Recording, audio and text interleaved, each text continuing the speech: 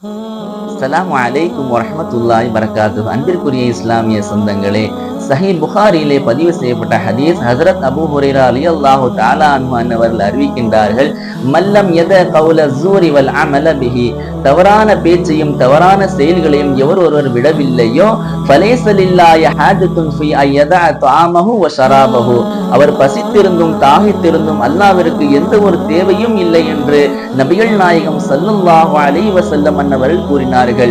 அன்பிற்குரியவர்களே, ரமலானுடைய காலத்திலே நாம் நோன்பு வைத்த நிலைமையிலே தவறான பேச்சையும் தவறான செயல்களையும் விட வேண்டும். அப்படி நாம் அந்த தவறான செயல்களை செய்தோம் என்று சொன்னால் அந்த நோன்பிலே எந்த ஒரு அர்த்தமுமே இல்லை, அந்த நோன்பை நாம் பாழாக்கி விட்டோம் என்று நபிகள் நாயகம் ஸல்லல்லாஹு அலைஹி வஸல்லம் அன்னவர்கள் கூறினார்கள்.